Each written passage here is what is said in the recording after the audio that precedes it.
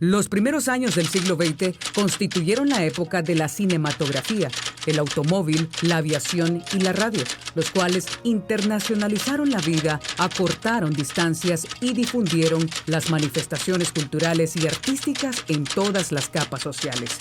En 1933, año de fundación de HRN, Honduras era un país inédito. En septiembre de 1935, HRN no solo cubre todo el territorio, sino que por las ondas cortas llega a todo el mundo. De esta manera, HRN rompe las barreras geográficas e integra a la República en una cadena cultural e informativa, convirtiéndose en el primer medio que llega a las masas nacionales. Los hombres y mujeres que figuran antes que iniciadores de HRN o precursores de la radiodifusión son pioneros de los medios de comunicación masiva. Esta obra se aproxima a los hechos más importantes que llevaron a la creación y consolidación de HRN, formalmente la primera radiodifusora de Honduras. Es relevante que el relato lo hace doña Rosario Sagastume de Ferrari, la única persona que puede contar la trayectoria completa de La Voz de Honduras en sus primeros 50 años. Cuando toqué la puerta del hogar de doña Rosario, iba a hacerle una breve entrevista y me quedé a oír una de las historias más hermosas de lo que el esfuerzo, la perseverancia y el amor pueden lograr. En el Año Mundial de las Telecomunicaciones, Agustín Lagos. Buenas noches, bienvenidos al banquillo, gracias por estar con nosotros. Les saludamos desde TSI en el inicio de actividades en el 11º mes del año. HRN, La Voz de Honduras, ha llegado a 87 años este 1 de noviembre y nos permite hoy en esta entrega especial compartir con ustedes la grandeza del principal medio electrónico de Honduras, la radio insigne de los medios de nuestra nación.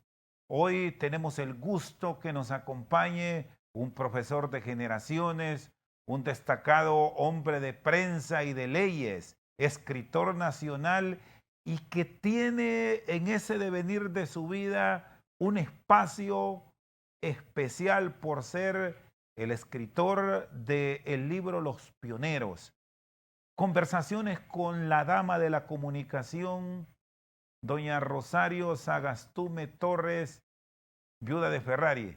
Profesor Agustín Lagos, qué gusto saludarlo, que comparta con nosotros esas bellas experiencias de esos diálogos que en 1983 se vieron plasmados en este libro que usted pone a disposición de muchas generaciones y que es un referente de la comunicación en nuestro país.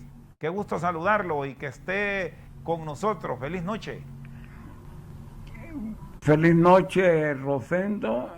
El gusto es para mí saber que es usted el que está realizando esta entrevista de algo que yo viví, porque más de 300 personas fueron entrevistadas en ese momento.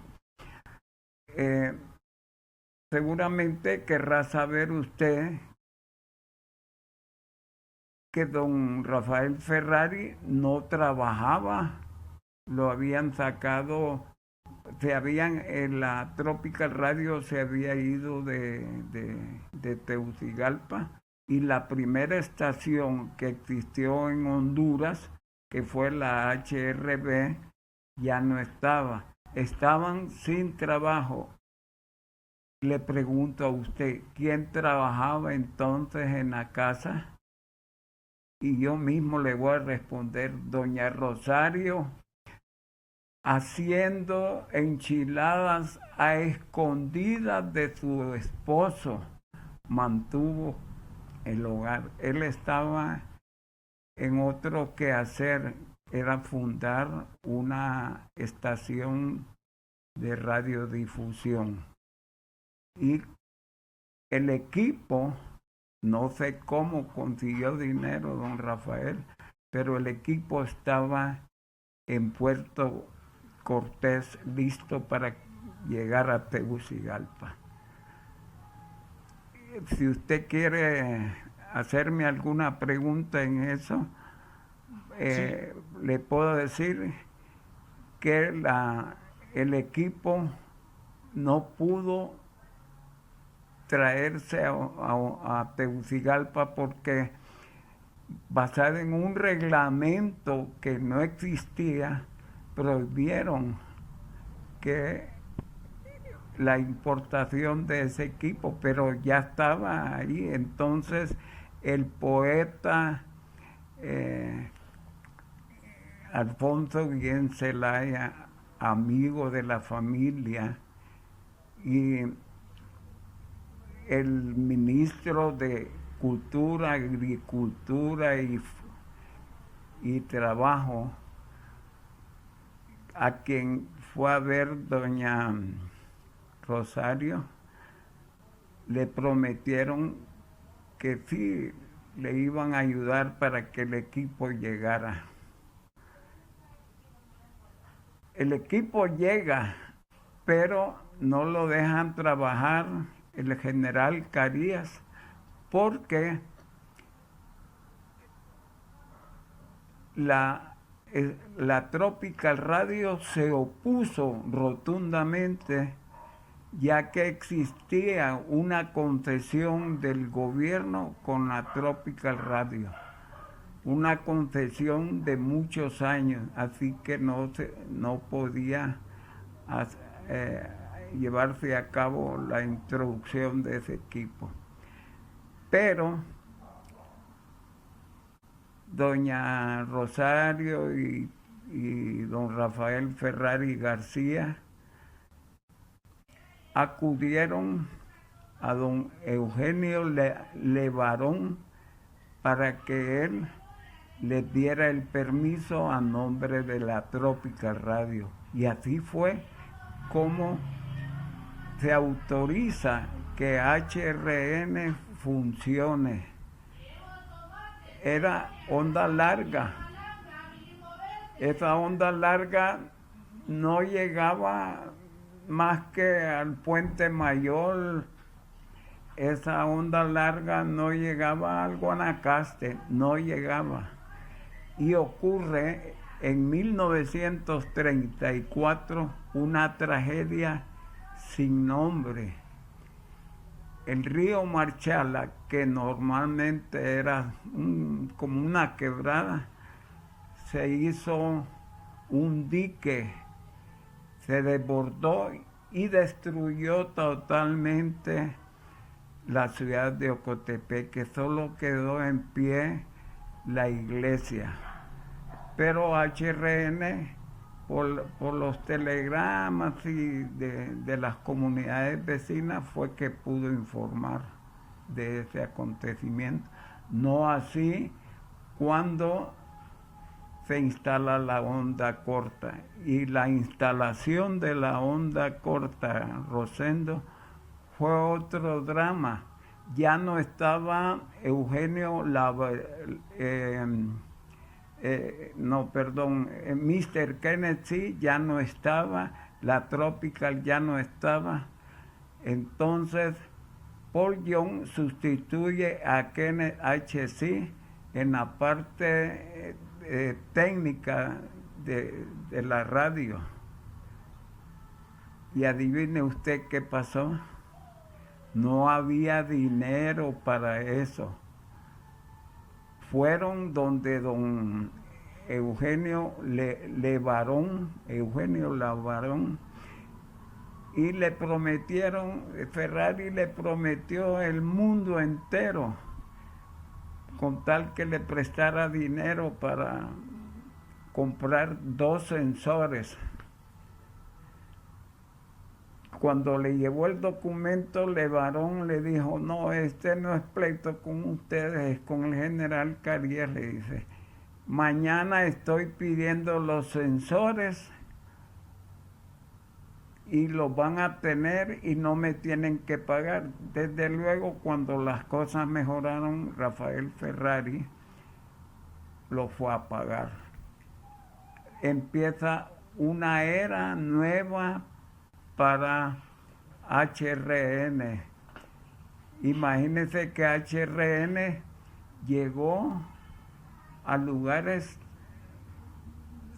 que ni sabíamos que existían. Llegó a Jerusalén, llegó a Japón, llegó a todos los países que usted se quiera imaginar. Pero se preguntará, ¿y cómo sabían que era HRN? Porque en HRN estaba una persona muy inteligente, que fue un médico después, Nicolás Ode Nasrallah. Con un japonés, por ejemplo, le dijo, enséñeme cómo se dice, esta es HRN transmitiendo desde Tegucigalpa, Honduras, Centroamérica, para el Japón y todo el mundo. Y así en París tuvieron la señal de HRN, la tuvieron en todos lados.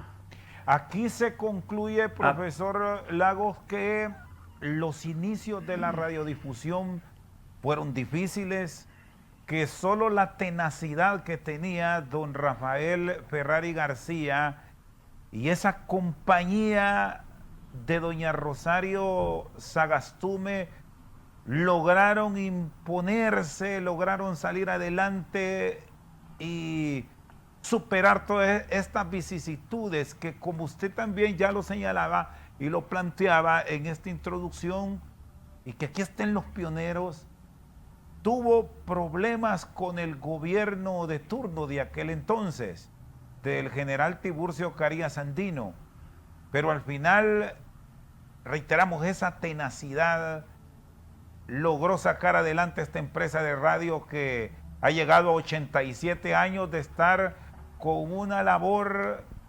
ininterrumpida y ligada al corazón del pueblo hondureño. Así es, Rosendo, ha dicho usted la verdad. Gracias a esa inteligencia de Nicolás Ode Nasrallah,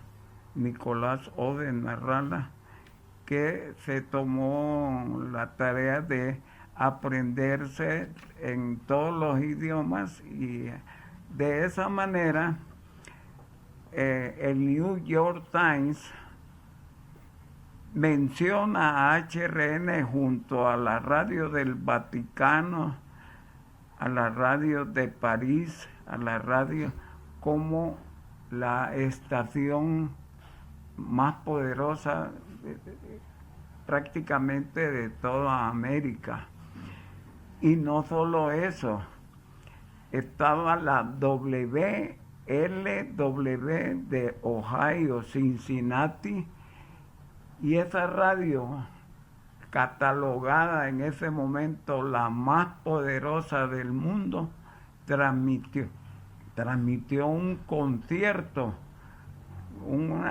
los mejores artistas del momento en ópera y en teatro, lo que sea, y felicitan a HRN.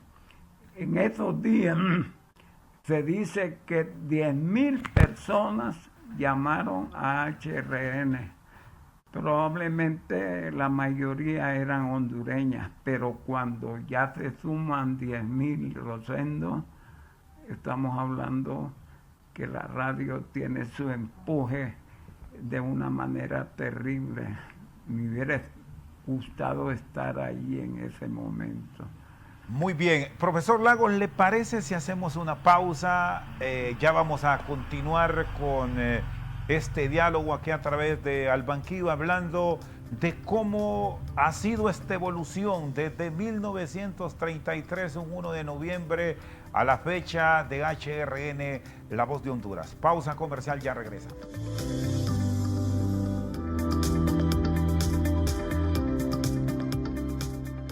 Seguimos esta noche al banquillo con el profesor Agustín Lagos, hablando de la historia de la radiodifusión en nuestro país, del legado al pueblo hondureño de HRN, La Voz de Honduras, en sus 87 años. Bueno, al principio la radio se instaló, pasó la década de los 30 y llegó los 40. Ya ahí se da una transformación, hay un cambio y arrancan los primeros noticieros. HRN, ¿cómo fue al principio? ¿Qué relato se obtuvo alrededor de estos años duros de doña Rosario Sagastume, que debemos decir era la operadora de su esposo, que era una de las voces privilegiadas de América, don Rafael Ferrari García? Profesor Lagos, seguimos con usted. Un preámbulo para poder llegar al meollo de su pregunta, porque hemos dado un salto y no quiero...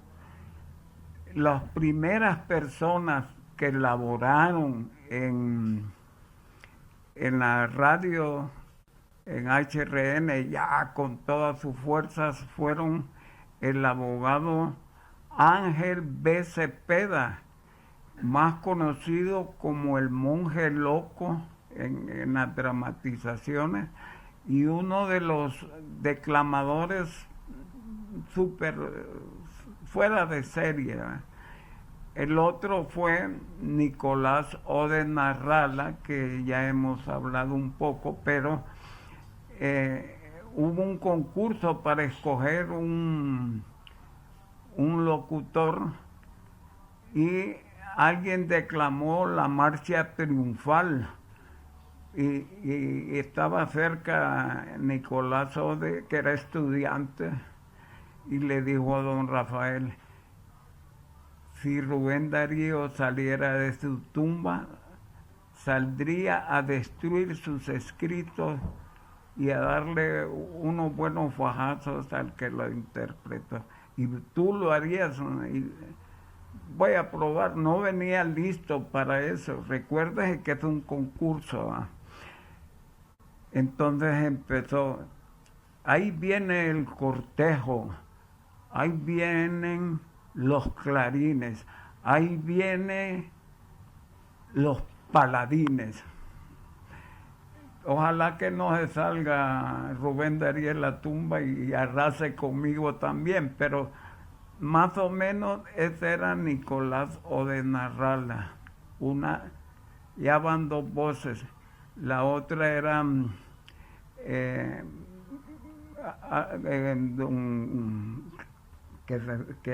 fue piloto y después fue abogado.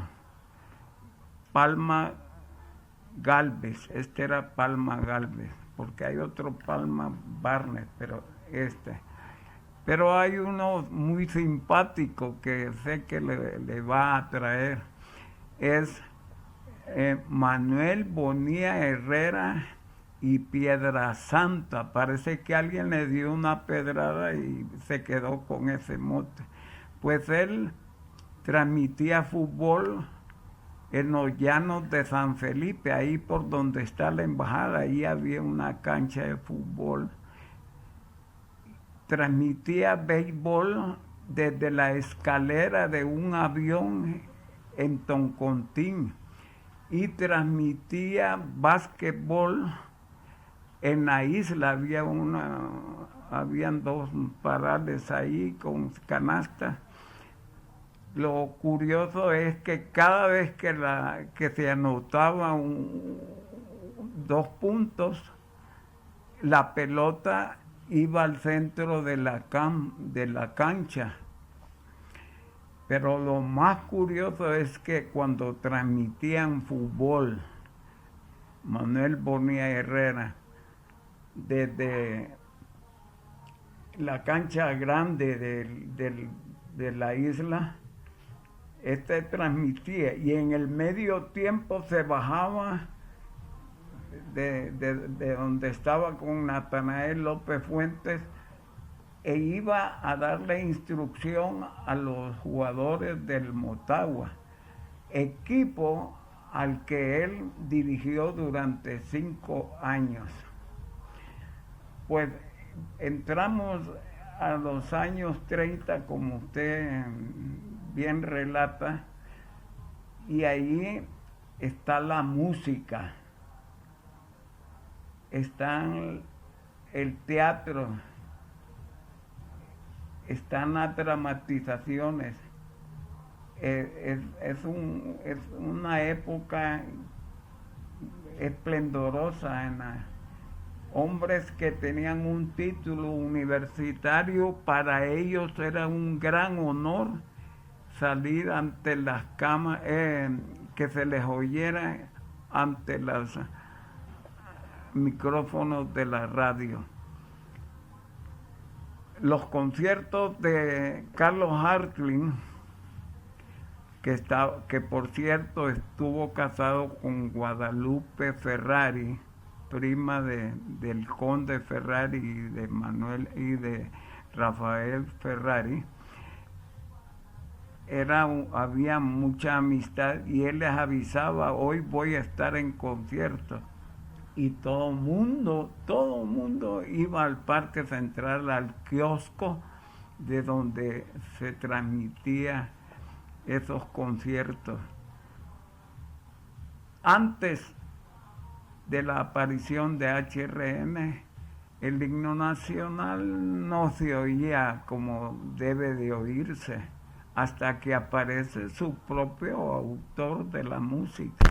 Y ahí también estaba el autor de la letra, así que era una ovación increíble para esta gente. Es decir, profesor Lagos, y aquí sí hacemos ese alto, que HRN fue el medio de difusión ya en esa década 30, 40, de las notas sagradas del himno nacional, para que se escuchara más allá de Tegucigalpa la radio, que llegaran esos mensajes que venían de diferentes sitios del país y que llegaban a latitudes que nunca nos imaginamos. Ahora, cuando vienen ya los noticieros, aparece Diario Matutino, que aún se mantiene como el noticiero líder de la radiodifusión en Honduras y Centroamérica. ¿Cómo fueron esos tiempos? ¿Qué dice doña Rosario de el surgimiento del matutino? Bueno, el Diario Matutino surge porque Ferrari y Rodolfo Brevé Martínez leían las noticias de Diario El Día que iban a aparecer en la mañana, las leían en la noche. Así que eso de matutino no, entonces se le llamaban noticias matinales. Todos los días iban a dejar una copia o parte de la primera plana o lo que sea de Diario El Día, y durante 15 minutos se leían eso. Un día Rodolfo Brevé Martínez, que le gustaba un poco la independencia, aparece con Diario Matutino exclusivo, es decir, que ya tenían los reporteros y las personas que recogían la noticia, ya no dependían de Diario El Día. De ahí vinieron primero Gustavo Acosta Mejía. Gustavo Acosta Mejía se fue para un consulado en Nueva York Después Morales Calix, que fue director del diario El Heraldo. Después llegan a un que creo que es el que más tiempo ha estado, más de 10 años, escribiendo y todo. Regresa Gustavo Acosta Mejía y lo acompaña Moisés de Jesús Ulloa Duarte, muy, como le decían, muy cariñoso.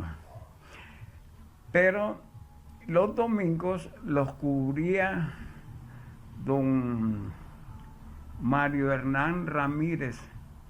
Él se cubría para que no hubiera ningún otro medio que superara a Diario Matutino. Eso, en cuanto surgieron después otros, fueron bastantes los noticiarios que aparecieron en Radio Centro, aparecieron en otras estaciones, ya la competencia era alta, Rosendo. No estaban solos. Manuel Villa Toledo se había ido de HRN y con Nahum Valladares tenían no uno, sino que varios noticiarios. Por su lado, José Rafael Ferrari, que no fue tan apasionado con la noticia por radio, se hizo cargo de HRN y lo acompañó Carlos Eduardo Rieder y Rodolfo Brevé Martínez. Estaba el Mensajero del Aire, estaban otros noticieros que es muy difícil recordarlo después de tanto tiempo de haber entrevistado a doña Rosario en esas conversaciones con ella. Muy bien, vamos a ir a la pausa. Está con nosotros esta noche el profesor Agustín Lagos, recordando esos diálogos, esos momentos bellos que pasó conversando con la dama de la comunicación, doña Rosario Sagastume Torres, viuda de Ferrari. Ya volvemos.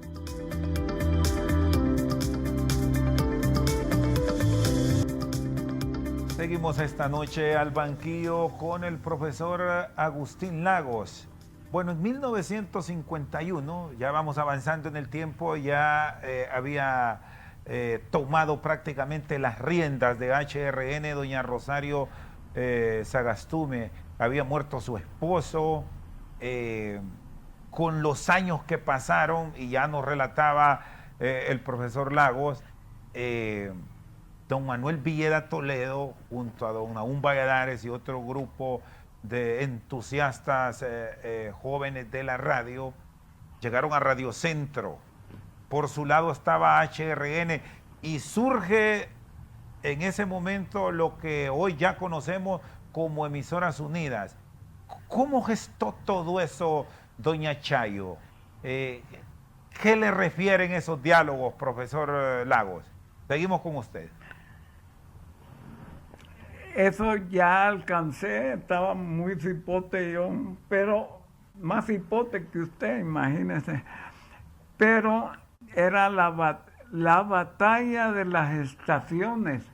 La gente disfrutaba más oyendo a José Rafael diciendo qué iba a tener al día siguiente, o que don Manuel dijera este día nuestro rating estuvo a tantos superior a HRN. Era una batalla. Ellos eran cuñados en ese momento, pero no se daban tregua. El circuito Radio Centro pues había crecido de tal manera que ninguno de los dos cedía. Habían sido compañeros en la primaria, en la secundaria. Ambos, Manuel se fue para Estados Unidos, José Rafael también, pero Manuel Vieda andaba detrás del micrófono. Dije que ponía una vara y una lata de chinola para hacer transmisiones, él con una imaginación terrible. En eso le aventajaba, pero doña Rosario interviene ahí. Le dicen, así divididos no van a hacer nada. Si se unen, van a ser grandes. Nadie les podrá arrebatar, y creo que hasta el sol de hoy, Emisoras Unidas sigue siendo la organización más grande en Centroamérica. Se reúne la familia porque ellos se habían puesto de acuerdo, y ya reunidos compran el canal de televisión. Acuerdan que la radiodifusión sería para Manuel Vieda y que la televisión sería comandada por José Rafael. Y así fue. Doña Rosario es la madre de Emisoras Unidas. La vemos en una fotografía precisamente del libro Los Pioneros, cuando ella coloca la primera piedra para el edificio, porque primero se hizo el de la televisión. En ese momento, ese día, era un 1 de noviembre, don Manuel Vieda Toledo sabía que yo dibujaba bien. Me dice, hágame unos bocetos para el logotipo de Emisoras Unidas. Y en un derroche, así dicen mis hijos, en un derroche de talento, hice un círculo, puse una E y una U minúscula. Pues, yo pensé que don Manuel se iba a decidir por eso, y así fue, porque empresas como la NBC, la CBS, utilizan ese sistema de las letras minúsculas. Se capta con mayor... muchos enredos en los logotipos, no. Y ese de Emisoras Unidas sí terminó. Bueno, luego aparece Canal 5 aparece luego Canal 7 en San Pedro Sula, Radio Norte de Emisoras Unidas en San Pedro Sula. Se fue creciendo, fue un monstruo, por decir una frase. Y doña Rosario, me recuerdo, yo trabajaba con el señor Ferrari, me recuerdo que ella iba a cobrar su sueldo como secretaria del Consejo de Administración de la compañía televisora hondureña, propietaria de esos canales y de Canal 5. Era bastante la alegría de doña Chayo. Era inaccesible para mí, ¿verdad? No entrábamos en contacto, pero se le notaba que ella se alegraba cuando recibía esa cantidad de dinero. Bueno, aquí revisando, profesor Lagos, ya a mediados de los 60, cuando ya entra en mucho más desarrollo el país, que ya no solamente estábamos con el tema que en los 30 y 40 mantuvo la producción del banano. Encontramos que para los 60 ya está como tal Diario Matutino, La Prensa del Aire, el Informativo del Mediodía, el Diario de la Tarde, La Tribuna de HRN, Gaceta Informativa El Mensajero del Aire, y los domingos con Diario Matutino, Aeronoticias y Enfoques. Ya la radio había tomado como tal en el complejo Emisoras Unidas un papel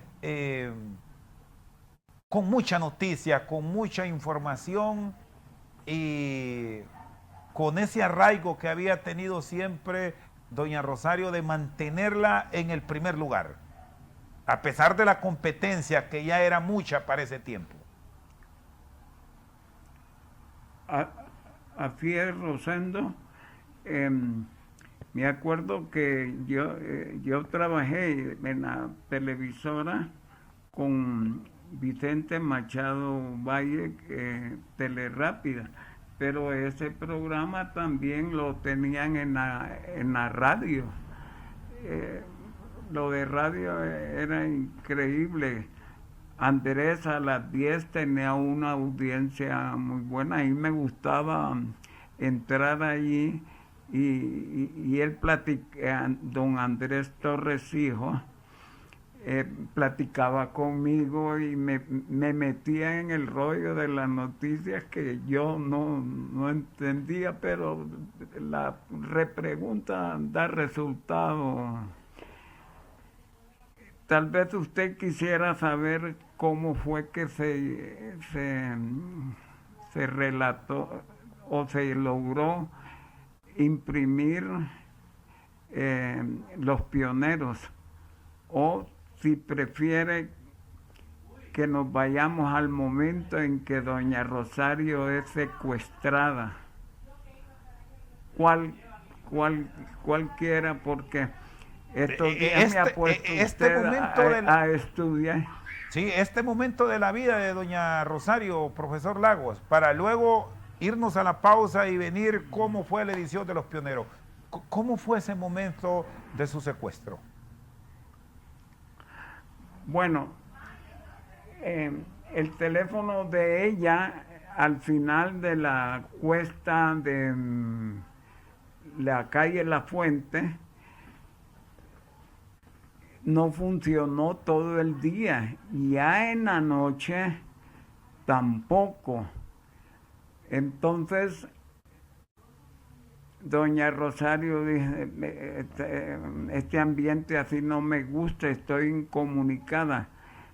Estaba ahí la hija de la trabajadora. Mi hijita le dijo, no vayas a abrir la puerta porque no sabemos. Bueno, al rato, ya como a las 7 y tanto de la noche, tocan la puerta y dicen 3 hombres, más o menos elegantemente vestidos, y la persuadieron a la niña de que ellos tenían que entregarlo así, como en secreto, el regalo, y le dan el regalo muy bonito, grande y todo, se lo dan. ¿Qué pasa aquí?, dijo doña Rosario. Es que doña Chayo le traen un regalo de Navidad. Ahí empezó el calvario. Mi hijo está en México. Mi yerno Manuel Vieda estará llegando ahorita en un avión de El Salvador porque venía de los Estados Unidos. No, nadie me puede, no. Y ya empezó, cuando ellos dijeron, ahí está el valor que queremos, comuníquenselo a quien corresponda, y la subieron a un carro pequeño amarillo. La trabajadora salió corriendo. Gracias a Dios, ahí en el camino estaba Radio Tegucigalpa de Mazariego Velasco, que también había trabajado en el matutino. Y le comunicaron al presidente de la República, acaban de raptar a doña Rosario. Entonces, el presidente Roberto Suazo Córdoba le dijo, Manuel, le dice, ¿qué pasó? te acaban de secuestrar a doña Chayle. Ni él sabía.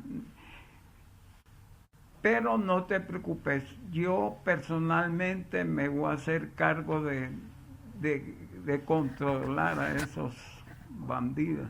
Y ya empezó la búsqueda y los plagiarios, en vez de estar tristes, en vez de estar alegres, estaban tristes. Doña Rosario empezó con una campaña de que en los ojos usaba lentes de contacto, que tenía que tomar una pastilla para la presión, que 1000 cosas más. ¿Dónde la llevaron? Sí sabemos que fue en la colonia Kennedy donde la tuvieron recluida, pero ¿quién iba a saber? Suazo Córdoba dijo, toda mujer mayor de 60 años no puede salir de Tegucigalpa, era una orden, y comandó el teniente Velázquez este operativo. Al final rescatan a doña Rosario, pero el miedo fue terrible. No cobraron ni un centavo. Doña Rosario regresó a la... fue el teniente Velázquez, la encontró, la llevó a la casa y al día siguiente llegó José Rafael de México. Se abrazaron de tal manera y con ese sentimiento de madre e hijo que lloraron y lloraron y lloraron. Ese capítulo me conmueve porque yo estuve cerca de ellos varios días después y todavía me conmueve. Muy bien, vamos a la pausa. Está con nosotros el profesor Agustín Lagos, el escritor del libro Los Pioneros, conversaciones con la dama de la comunicación Rosario Sagastume Torres, viuda de Ferrari. Vamos a una pausa, ya volvemos.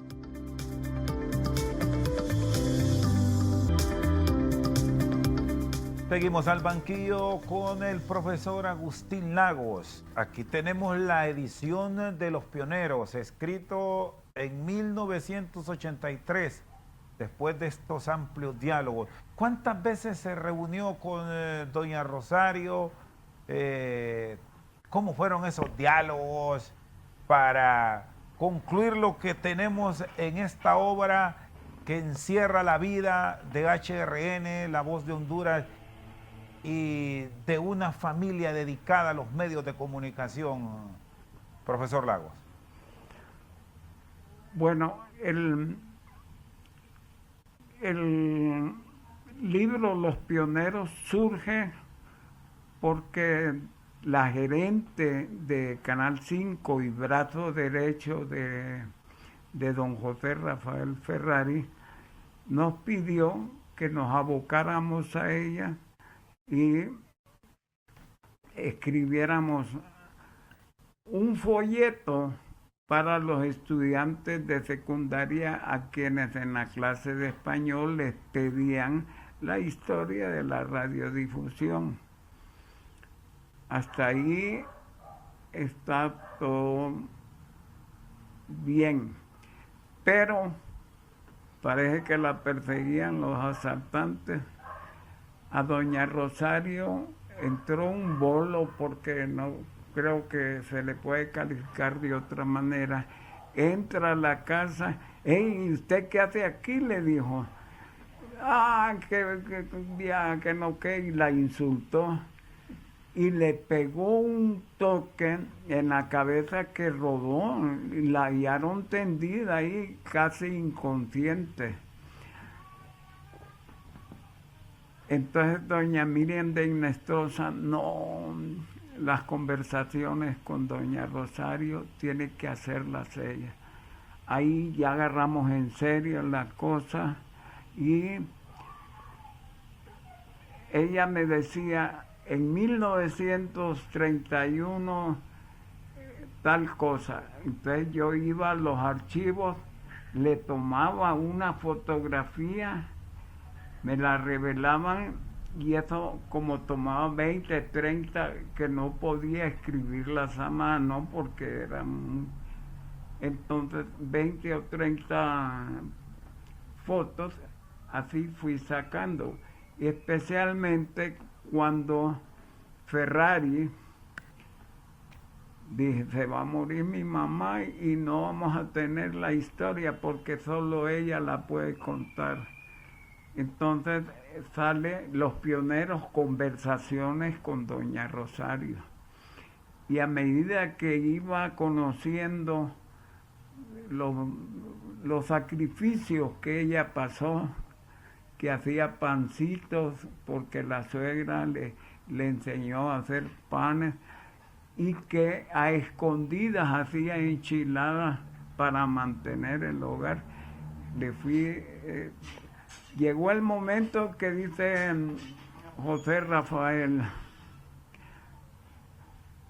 vamos a publicar ese libro, pero ninguna impresora de Tegucigalpa o de Honduras estaba en capacidad de hacerlo porque tenían 30 días para imprimir ese libro que tiene muchas, 306 páginas y con letra pero pequeña, menuda.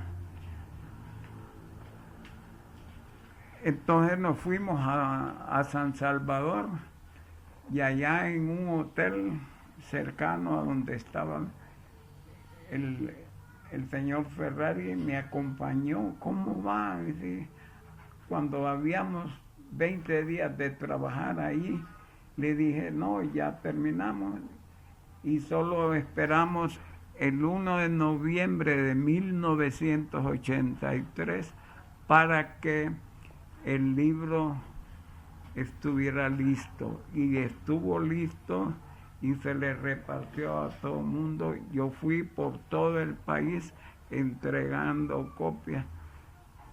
Lo que uno es a veces no lo valora, pero don Jorge Fidel Durón, cuando le entregamos las copias en mosaico, dijo, esta es una obra de consulta, lo van a tener que consultar. Y nada menos se lo he dado y espero que me lo... no, ya me ofreció Rosendo una copia.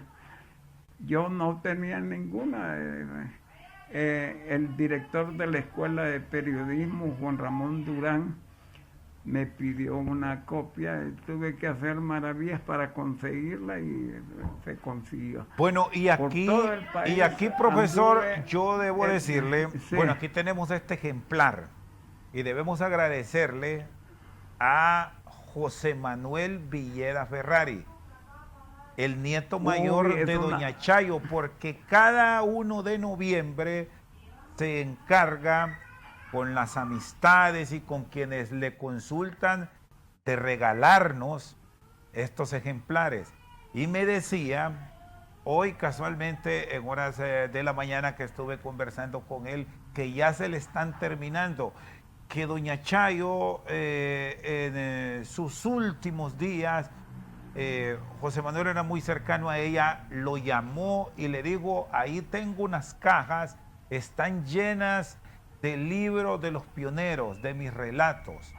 Te las dejo a ti porque sos el que puede estar entregándoles a quien desee conocer cómo ha sido la vida de nosotros. Bueno, y aquí están estos ejemplares y la promesa es mañana que usted lo tenga en sus manos.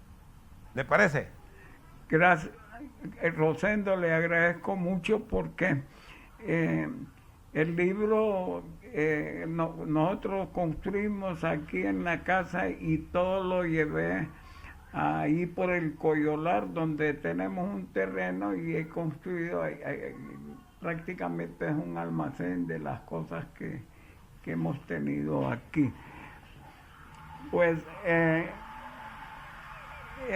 realmente la lucha, y lo digo en el libro, cuando llegué a hacerle una breve entrevista, me encontré con una historia de perseverancia y de amor. Tal es el amor de doña Rosario por Palomo, por su esposo, que le pidió a su nieto, que es abogado, José Rafael Rivera, y a Nahum Valladares, que exhumaran el cuerpo de su esposa. Y nos cuenta el chofer Mauricio que siempre que llegaba, aquellas tumbas frías del cementerio general parecen cobrar vida cuando ella se acerca y le dice, ella le decía a su esposo, Pichi, aquí estoy de nuevo, ¿cómo estás? Y tenía un diálogo con él, ¿verdad? Es terrible recordarlo. Sí, profesor Lagos, sí. ¿Cómo ve la radiodifusión ahora? El mundo ha cambiado, llegó la evolución en esta cuarta o quinta revolución, como llaman otros, al Internet, y aún HRN se mantiene en los primeros lugares de audiencia, sigue marcando la pauta de la información en Honduras y es el medio referente. Ahora, inclusive con el agregado de estar en video, algo que, bueno, usted como maestro de televisión por años puede tener una visión mucho más profunda de este cambio de generaciones. Y antes de que me dé esa respuesta, voy a leer lo último que usted escribe en la página 306 de Los Pioneros, y que es uno de los relatos puntuales que hace referencia a doña Rosario. El 15 de septiembre de 1942, quiero que mis bisnietos sean los primeros espectadores el 15 de septiembre del año 2042, cuando se abra en una urna incrustada en una de las paredes del Palacio del Distrito Central. En ese depósito existe documentación acerca de la forma como se celebró el primer centenario de la muerte del general Francisco Morazán. Ese día, HRN transmitió todos los actos. Al momento de cerrar la urna, mi esposo dijo al aire, serán mis bisnietos quienes se enteren de lo que HRN ha hecho hoy. Entre el instante en que Rafael los imaginó en el futuro y el momento en que ellos, mis bisnietos, nos recuerden, habrá transcurrido la brevedad de un siglo. Para entonces espero que estén al frente de HRN, dignificándola para la grandeza de Honduras. Así cierra usted estos relatos. Y le dejo los micrófonos de TSI para que se despida. Gracias, Rosendo. Sinceramente es extraordinario. Y quiero agregar, está para tirarse un libro que se llama La Dama en la Comunicación y el otro que se llama El Líder. Ya van a ser más pequeños con noticias actuales. Para La Dama en la Comunicación, con Claudia Molina, íbamos donde ella, ya no a preguntarle nada, a platicar. A ella le hacía falta que le platicáramos. Y nos platicaba de que tenía un bisnieto. Y nos platicaba que cuando se casó Ana María, ella se sintió pero realizada porque el anillo de brillantes que doña Chayo le había dado a Ana María un tiempo atrás, lo vio en su mano cuando se estaba casando. Rosendo, gracias por esta invitación a la señorita Ibis y a un medio pariente de ahí de San Juancito, de apellido Ardón, que son, mi esposa es de por ahí, tiene una casa, pero que creo que la va a regalar. En los billetes de a 500 aparece. Rosendo, Dios lo bendiga y gracias. Ahí le envié unas fotos, pero ya tiene el libro. Bueno, adiós y adiós a todos los que hicieron posible esta grabación. Y a los nervios con que me sometieron una semana. Sí, gracias. Un fuerte abrazo al profesor Agustín Lagos, catedrático por muchos años en la Escuela de Periodismo, un destacado ejecutivo en la Universidad Nacional Autónoma de Honduras, que hoy nos ha acompañado al banquillo. Por su sintonía, muchas gracias.